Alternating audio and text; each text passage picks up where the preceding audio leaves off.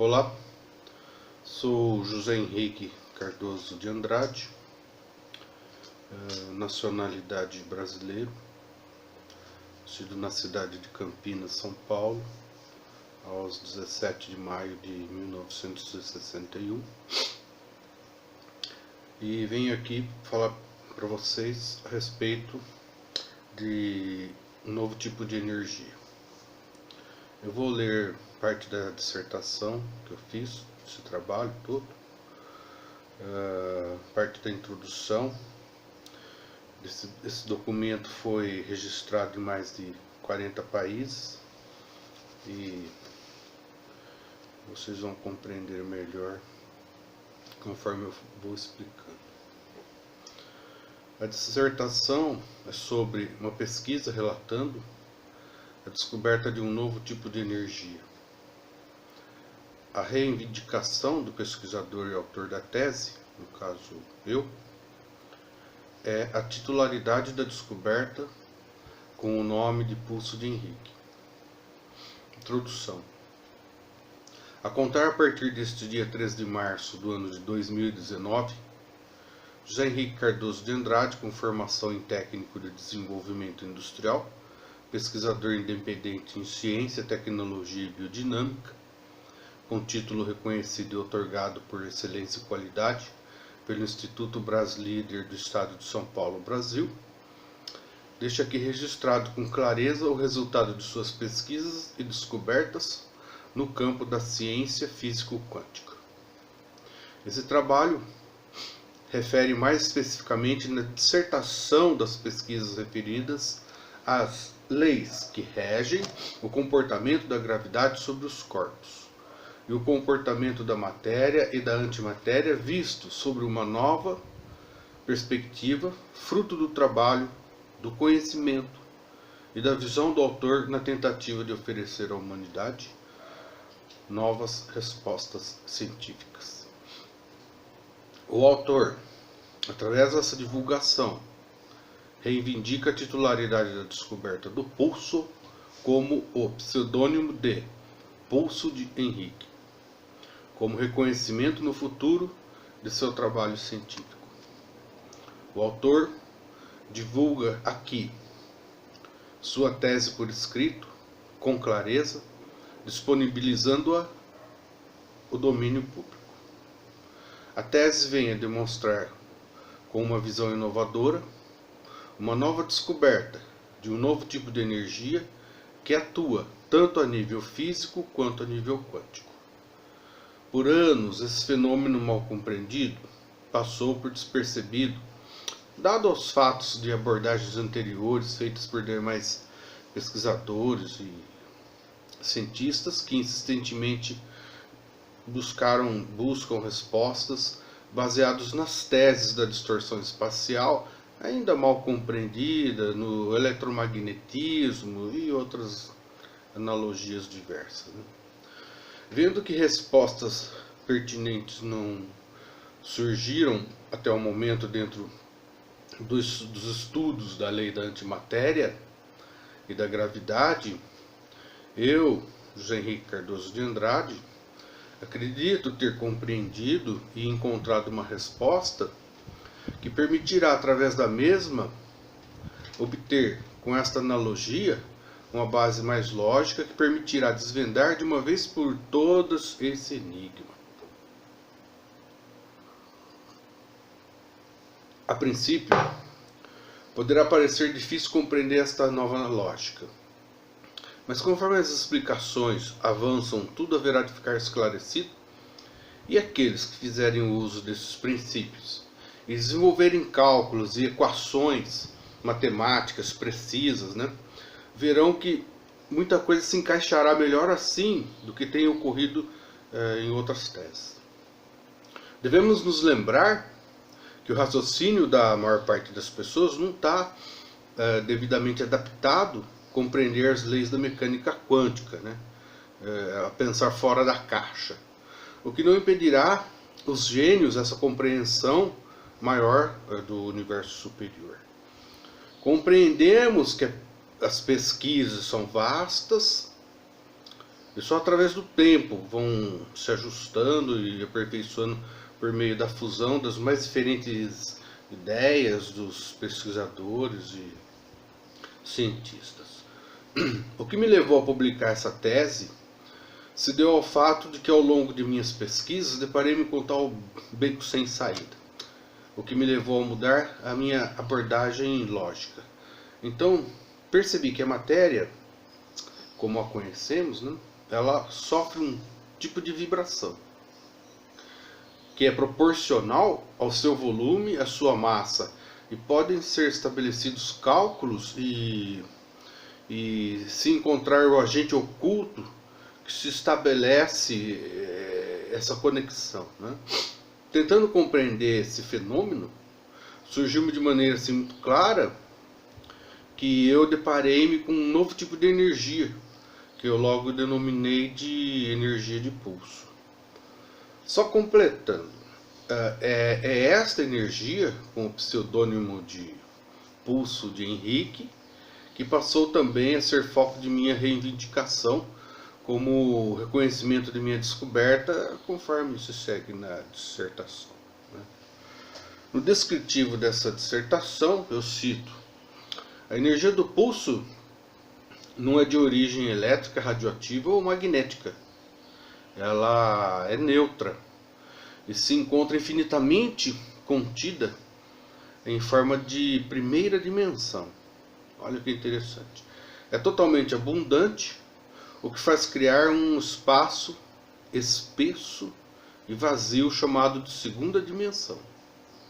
E passa a uma forma de energia apenas na presença de alguma partícula de matéria física, assumindo assim a forma de energia escura, que é muito elástica e pulsante sobre a ação de qualquer matéria vibrante que esteja contida na terceira dimensão. Para maior compreensão, nossa visão, nossos sentidos humanos, eles estão assim, equalizados para pressentir a realidade como a percebemos e captamos, né? Mas há o fenômeno do pulso que se passa por despercebido, e pode estar nele a resposta que todos nós buscamos, né? Por isso que eu fiz todo esse estudo, né? Imaginemos um rolo de filme de cinema e um projetor. Incontáveis quadros fotográficos passam pelo obturador, que projeta na tela cinematográfica uma situação qualquer lá, né? E assim compreendemos esse movimento dentro do nosso plano assim, de realidade e interpretação, e visão compreensível daquele dado espaço-tempo, né? Eu considero isso apenas como uma analogia explicativa, né? Segundo os meus cálculos, né, está ocorrendo com toda a matéria o mesmo que está contida em nosso universo, né? A níveis titânicos, essa matéria toda está assim, em um período, em um estado de vibração, deslocando-se assim, de um ponto a outro, proporcional ao seu volume e massa inserida no éter, onde não há em cima, não há embaixo, dos lados, nem profundidade. Propriedades essas que seriam oriundas da segunda dimensão. Toda matéria ela está inserida dentro de um ponto qualquer no espaço vazio do éter. Um ponto qualquer ali, né? Não existe esse ponto fixo. Mas a matéria, qualquer que seja, tem sempre um ponto estático, um ponto de equalização mediante outras partículas similares que criam assim o que chamamos um estado de materialização perceptível àquele que está equalizado temporalmente com o mesmo, né? Esse é o ponto de visão, né? Assim percebemos a matéria em estado sólido, mas as vibrações inferiores e superiores, assim, análogas à mesma, que fazem parte da mesma, ainda ali estão atuando. É isso que chamo de gravidade e antigravidade. Vocês vão entender melhor mais à frente, né? O vídeo é um pouco longo, é bom que vocês assistam até o fim para fechar toda essa informação. Com isso, É possível explicar a gravidade, a matéria escura, os buracos negros e outros incontáveis fenômenos assim que acabam envolvendo essas leis, né? Buscando evidências de que minha tese está correta sobre esse tipo de energia, farei algumas analogias assim a fim de comprová-la. A comprovação científica de um teste que mostrou que dentro de uma câmara de vácuo suspensos estão uma esfera de aço de 1 kg e uma pena de 1 grama. É uma suposição. Não sei exatamente o peso que eles usaram lá. Ao soltá-las ao mesmo tempo, de certa altura, as duas amostras caíram e chegaram ao solo ao mesmo tempo, lembrando que, apesar disso, seus pesos ao impacto são relativos às suas massas em aceleração, né? Mas ficou evidenciado que, apesar das mesmas possuírem pesos, massas diferentes, como pode ambas sofrer a mesma constante de aceleração. As duas caem juntas, né? Então a energia que as acelerou rumo ao solo não estava na amostra em queda, mas sim na massa maior que é o solo. Lá que estava a energia. No entanto, se assim fosse, teria puxado a amostra de menor massa com menos força e a amostra de maior massa com mais força ou velocidade, modificando o tempo de aceleração relativa das mesmas. Mas não foi isso que aconteceu, né? Segundo esse teste. Segundo a minha tese, isso pode ser explicado com a lei do pulso, que propõe que, apesar de não ser perceptível, não foram as amostras que caíram rumo ao solo, como erroneamente assim observamos, mas sim foi a massa maior da Terra, né? O solo que, até as amostras que, o solo que foi até as amostras, né?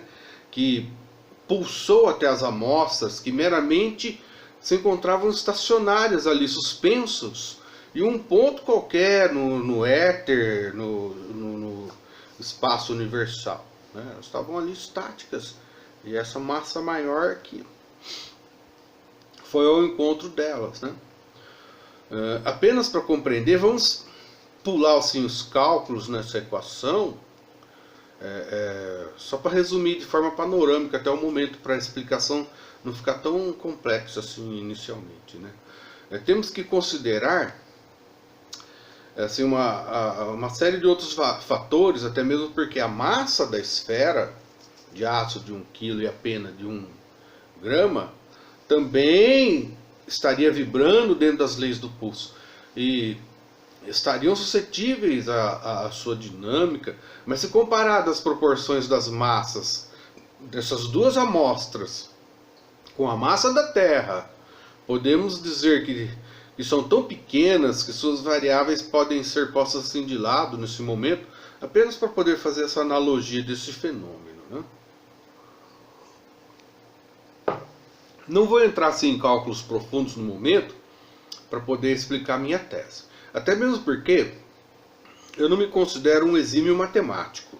Em suma, essa nova concepção, essa nova forma de enxergar a matéria, nos faz compreender a matéria toda pulsando como um coração, assim, expandindo e contraindo incessantemente, ciclicamente, onde a matéria visível se condensa, se coagula assim a uma certa frequência similar às suas vizinhas, né? Formando assim um plano universal palpável e tridimensional. A chave para o domínio dessa compreensão assim, das leis da gravidade e suas ações sobre a matéria e a antimatéria está em compreender o modo operante desses pulsos não visíveis, não físicos, né? Não captáveis por sensores físicos, né? Especulativo, mas talvez seja possível que em outros padrões de frequência e equalização haja matéria também, ou seja, outros planos dimensionalmente físicos similar ao nosso. Não podemos descartar essa hipótese, ao contrário, ela é bem consistente. Mas não vamos entrar no âmago dessa questão no momento, né? Tudo isso poderá ser explorado se considerarmos assim que a consistência na lei do pulso de Henrique, né? Eu vou fazer uma segunda analogia para melhor explicar esse fenômeno. Imaginemos agora que em um ponto qualquer no espaço, no meio do nada, assim, distante de tudo, eu coloque ali uma pedra. A mesma poderá permanecer ali eternamente sem sofrer nenhuma ação, né? Uma suposição. Mas digamos que nas proximidades assim da mesma, agora eu ponho outra pedra, talvez as duas continuem ali assim por um incontável espaço de tempo sem sofrer nenhuma ação. Mesmo que apesar da lei do pulso das massas seriam tão pequenas e assim tão distantes uma da outra, supostamente, que suas forças corporais também seriam tão diminutas que não percutiriam forças uma sobre a outra, supostamente falando, né? Mas se agora, assim, em uma das pedras eu recostar nela mais uma pedra, mais outra e mais outra, assim sucessivamente, até transformá-la assim num planetoide, o que estaria ocorrendo com a outra pedra solitária que ele estava ali na proximidade ali, outra pedra, né? É exatamente o que eu quero explicar, né? A pedra que foi ganhando elementos assim até chegar à forma do suposto planetoide, logicamente sofreu uma expansão de sua massa, né? Se o volume da mesma aumentou, então foi essa expansão de massa que se aproximou da pedra solitária que ele estava, estática num dado ponto, né? Estava ali na periferia, apenas ali estacionado em um ponto fixo ali no meio do nada, né? Apesar disso ser evidente, a sensação visual é que a pequena pedra solitária que se deslocou a ponto de cair no campo gravitacional da pedra maior, né? Mas a grosso modo, não foi isso que aconteceu. Agora, eis que surge a grande questão que gera essa confusão aqueles que tentam compreender esses fenômenos gravitacionais, né? É porque quando a pequena pedra é gravitacionalmente assim, fagocitada pela grande pedra, a uma certa distância, mais próxima uma da outra, eis que começa a atuar também um outro fenômeno que mascara toda essa dinâmica, que é o efeito do magnetismo, né? Associado à gravidade, gerada pela ação do pulso, né? Que gera uma distorção espacial no éter, né? Vou chamar esse espaço vazio de éter, né? Nesse momento de grande proximidade, a lei do pulso, ela associa-se com a lei do magnetismo, e daí por diante se desencadeia toda uma nova dinâmica comportamental de atração e repulsão dos corpos, né? Ocorrem assim entrelaçamentos de campos magnéticos, troca de energia inercial, energia cinética e outros fatores assim colapsantes que hão de mascarar a evidência assim que há um fenômeno atuando, né, que é o pulso, né, que atuou em primeira instância, né, assim desencadeando posteriormente as demais dinâmicas comportamentais que atuam na ação gravitacional assim, dos corpos, né, dos elementos, né. O pulso, né, ele é caracterizado por uma força invisível e pulsante. Ela é oriunda da matéria existente em um dado ponto estático no éter, que pulsa e vibra, que se estira, que se contrai ciclicamente, em períodos menores quando há grandes massas e em períodos maiores quando há pequenas massas, em geral contidas assim nesse meio, né? Nos períodos de compressão, a matéria se coagula e se solidifica, e assim é formada. E ao passo que se comprime, cada vez mais é forjada de períodos de maior vibração, né? É nessa dinâmica que desencadeia o processo temporal, né? O tempo passa a existir dado esse processo. Nos períodos de expansão, né, a matéria solidificada que luta em voltar ao estado coagulativo e plasmático, assim, dado o aprisionamento em que essa matéria agora se encontra, assim, mediante altas vibrações que tendem contrariamente a acelerar-se cada vez mais na estrutura física das partículas menores, assim, de matéria, fixando-as cada vez mais, né? Transmutando-as assim em diversidade, em uma diversidade de elementos distintos que por sua vez assim hão de integrar e se organizar em moléculas e partículas diversas, assim, passando do estado plasmático para o sólido, para o líquido gasoso, né? E uma vez mais combinados, assim, são capazes de gerar o reino mineral, o vegetal e o animal, né? É lógico que se iniciou-se no campo plasmático, né? Depois ele passa a se materializar. Dado assim ao fato que nós próprios fazemos parte deste sistema inseridos na contração e na expansão exponencial, inclusive, fica difícil visualizar e medir a sua ação. Mas isso não muda nada. O pulso ainda continua ali atuando eternamente dentro do plano universal, trabalhando incessante, como um grande pulmão do universo, né? Essa dinâmica de pulso, contração e expansão, ela fica clara se associarmos ao fenômeno do Big Bang, né?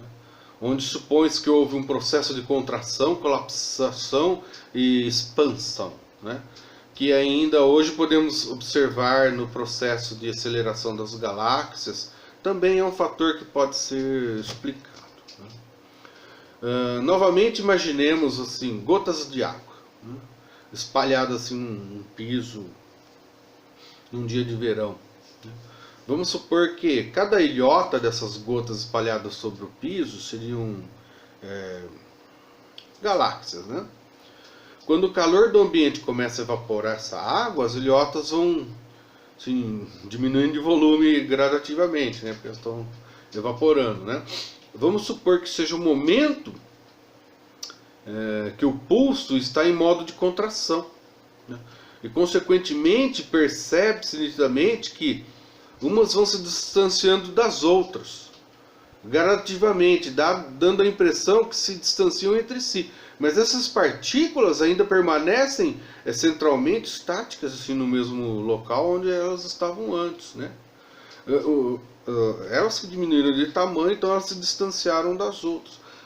Um dos fenômenos do pulso, ele é exatamente assim, né? Temos a impressão de que o universo está em expansão, de que as galáxias estão se distanciando uma das outras, mas não é bem isso que pode estar ocorrendo, né? Enquanto o pulso maior, né, expande o universo, o pulso menor contrai, formando a matéria em frequências maiores, causando a sensação de expansão e distanciamento uma das outras. Quando que na verdade ocorre ao inverso, né? Imperceptivelmente dado o nosso ponto de observação em relação ao todo periférico, assim.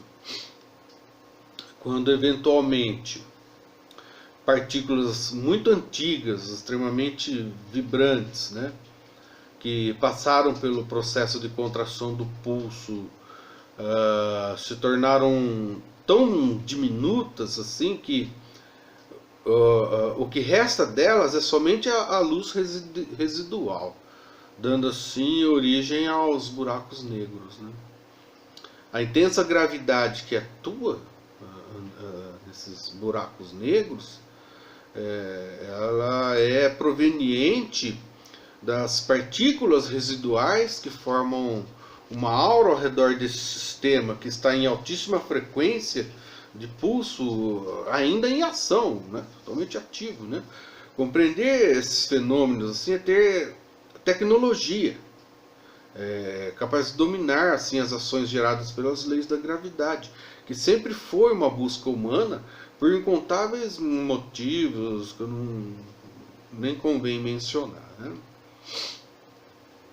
O fato é que até agora, apesar dos avanços tecnológicos, percebe-se que poucos resultados que foram atingidos quanto à compreensão maior das leis assim que regem o modo operante da gravidade e as suas ações sobre a antimatéria e a matéria também, né? Com base na teoria do pulso, né, há a possibilidade agora de refazer esses cálculos, de encontrar respostas a questões antes assim sem explicações, né? Bom, mesmo que essa tese seja o primeiro pontapé, parece-me que agora estamos norteados a uma nova visão, uma nova compreensão renovadora, né? Faz-se necessário agora a busca de estudos detalhados e evidências, né, que vão, de certo, validar a tese em questão, dada a consistência, né, que a mesma oferece assim, em vários segmentos que até então estavam assim em aguardo da busca de maiores respostas, né? A nova teoria do pulso de Henrique possibilita assim, uma diversidade de cálculos físico-quânticos. Eu não estou no momento pondo em questão cálculos precisos, né? Mas sim estou assim, demonstrando assim, de forma panorâmica uma nova dinâmica que tem por base o pulso como uma proposta de raciocínio, né? Quanto às equações matemáticas precisas, deixa essa questão para os nossos amigos matemáticos e calculistas, né? Função essa na qual eu não exerço com louvor. E não faz sentido para mim tentar cumprir tal tarefa, né? Posso dizer com clareza, com certeza, né, que a dinâmica do pulso mostra esse não sendo uma partícula, pois só poderíamos definir algo como partícula dentro do plano da terceira dimensão. E a dinâmica que faz o pulso passar a existir se dá início na primeira dimensão.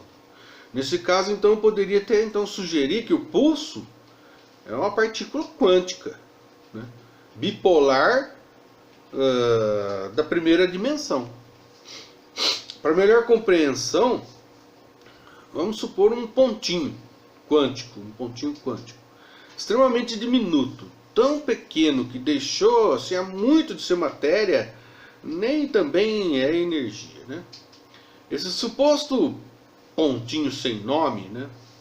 Pontinho, seria a forma da primeira dimensão. Supomos agora que uma fileira de 2 ou mais pontinhos, formando uma tênue linha ou circunferência, isso seria a segunda dimensão, né? Imaginemos também agora que um aglomerado desses pontinhos tem uma certa largura, então agora teríamos a terceira dimensão. Mas olha que interessante, mas a terceira dimensão ainda de forma quântica, aproximando-se de algo físico no máximo com a forma de um tecido espacial, um grande vácuo, um grande vazio, uma vastidão de matéria escura. É nessa vastidão, é nesse berço que vai comportar a matéria mais densa, a matéria física da terceira dimensão, como a conhecemos, assim, com comprimento, altura, largura, tátil, invisível ao espectro de luz e suscetível à ação temporal do plano universal construído, né? Voltando assim ao primeiro pontinho, né? Imaginemos um do lado do outro, e mais outro, e mais outro, assim infinitamente falando, teríamos o éter, o espaço vazio, o plano universal. Mas ainda totalmente vazio, mas mesmo assim ainda haveria um espaço a ser ocupado por alguma coisa. É um vazio que pode ser ocupado por alguma coisa. Nesse momento assim da formação, da criação, supostamente falando, né, não há um tipo de energia perceptível, mas se supostamente colocarmos um planeta inserido no meio desse vazio, não importa o tamanho, ocorrerá que o local onde esse suposto planeta está ocupando fez com que de alguma maneira esses pontinhos que todos ali estavam, fez eles migrarem para a periferia daquela massa, agrupando-se de uma maneira assim, prensados aos demais pontinhos que ali estavam estacionados, cada um ocupando ali seu espaço, né? Nesse momento, então, esse aura ao redor do planeta torna-se energia escura, densa, porque ele está prensado, mas ainda não ativa. Tornou-se densa porque dopou e distorceu o tecido espacial que se encontrava assim sutilmente todo acomodado ali, né? É essa matéria escura densa que se tornará gravidade somente quando houver, veja bem, a presença de um suposto segundo corpo nas proximidades desse primeiro, né? Com esse aura que envolve o planeta ali agora, se encontra fazendo os outros pontinhos se deslocarem. Isso gera o fenômeno do pulso, né? O pulso só existe a partir do momento que a matéria é formada e sua força é intensificada. Só a partir do momento que a outra partícula ou matéria bruta entra em contato com a mesma, que criam assim campos distintos de pulsos proporcionais ao volume e à densidade das massas, assim, não necessariamente ao peso da massa, assim, que de certa forma não deve ser desconsiderada, né? Eu vou te explicar mais adiante, você vai entender o porquê. É muito importante compreender esse ponto citado, pois são muitas as variantes que envolvem as estruturas cavitacionais das diferentes matérias. Algumas estruturas elas têm um aspecto de blocos compactados, mas são estruturados por um conjunto de incontáveis outros blocos alheios à suposta estrutura única, mas condensados entre si por titânicas forças eletromagnéticas, né, onde os pulsos acompanham cada bloco distinto, o que pode se diferenciar essas estruturas de outras, de diferentes estruturas e de diferentes assim, densidades, né? Uma bola de canhão de aço maciço ou uma bexiga de borracha cheia de gás com o mesmo valor de volume periférico pode ter o mesmo valor de densidade de pulso ou de distorção espacial, né? Se desconsiderarmos assim o magnetismo, pode-se dizer que ambos estão sujeitos a ter a mesma força gravitacional, apesar de terem massas de diferentes pesos, mas assim de igual volume, né? É por isso que no vácuo, naquele experimento citado anteriormente, a bola de canhão e a pena são atraídas ao solo ao mesmo tempo, independente de seus pesos e massas, né? Então concluo, portanto, né, que a ação da gravidade sobre dois ou mais corpos está disposta com um campo comprimido ao seu redor do elemento físico como resultado das variações relativas às estruturas cavitacionais do elemento, seja ele qual for, né? O que deve ser considerado é que quanto menor for o elemento, maior é a frequência do pulso ao redor da sua estrutura, né? Consequentemente, quanto maior for o elemento, né, menor é a frequência de pulso ao redor da sua estrutura, né? As frequências mais altas, elas são repulsivas. As frequências mais baixas são atrativas, né? Isso é um fenômeno do pulso. É uma das leis do pulso. É por isso que a Terra puxa a Lua, né? E a Lua, que é menor, repele a Terra, gerando o conceito de órbita entre esses dois elementos de diferentes massas e volumes, né? A elasticidade do tecido espacial gerada pelo pulso permite haver assim, uma zona estável de equilíbrio onde as forças atuantes mantêm equidistantes entre esses dois corpos assim por um tempo indefinido, né? Formando a órbita, né? O mesmo ocorre, olha que interessante, a nível microcósmico, né? O que está em cima como o que está embaixo. Essa lei ela é universal, né? Devemos lembrar também que o pulso exercido entre os corpos físicos, ele tem uma elasticidade devido a uma série de variantes assim, que envolvem os corpos em questão, né? Não nos esqueçamos de considerar que nessa última citação ficou demonstrado que também existe uma grande escala de grandeza, a contração e a expansão cíclica, né, e elástica do pulso, assim, envolvendo o plano universal, né, como um todo, com suas incontáveis galáxias, sistemas que tem ali dentro, né? Que estão inseridos no plano universal, né? As leis do pulso,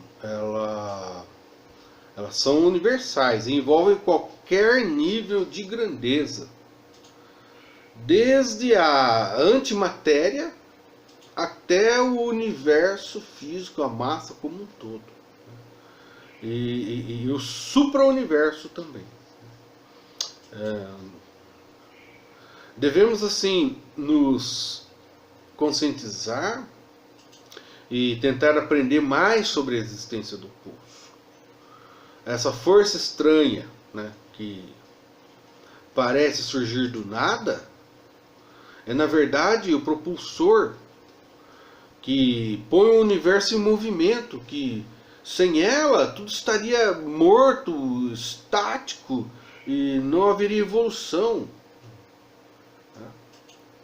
Eu, pesquisador Henrique Andrade, em minha teoria do pulso, venho ao mundo acadêmico trazer esta proposta e espero assim, através dessa dissertação, poder contribuir com a ciência e o conhecimento humano, né? Obrigado a todos que estão assistindo esse vídeo e contem com a minha colaboração.